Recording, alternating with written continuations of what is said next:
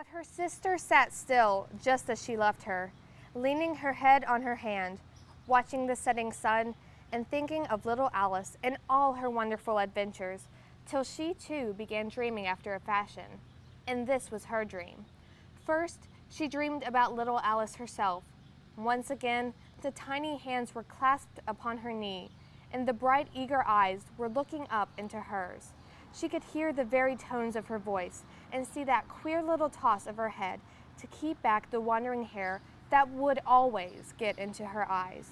And still as she listened, or seemed to listen, the whole place around her became alive with the strange creatures of her little sister's dream.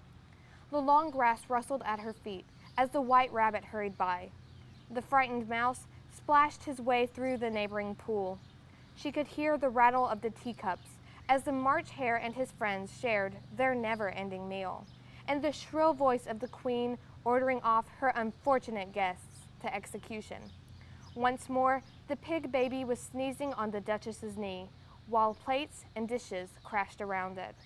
Once more, the shriek of the griffin, the squeaking of the lizard's slate pencil, and the choking of the suppressed guinea pigs filled the air, mixed up with the distant sob of the miserable mock turtle. So she sat on, with closed eyes, and half believed herself in Wonderland, though she knew she had but to open them again, and all would change to dull reality. The grass would be only rustling in the wind, and the pool rippling to the waving of the reeds.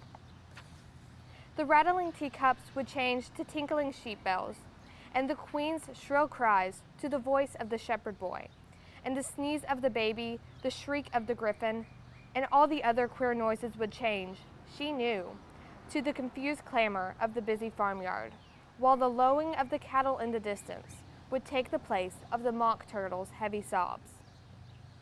Lastly, she pictured to herself how this same little sister of hers would, in the aftertime, be herself a grown woman, and how she would keep, through all her riper years, the simple and loving heart of her childhood. She would gather about her other little children and make their eyes bright and eager with many a strange tale, perhaps even with the dream of Wonderland of long ago, and how she would feel with all their simple sorrows and find a pleasure in all their simple joys, remembering her own child life and the happy summer days.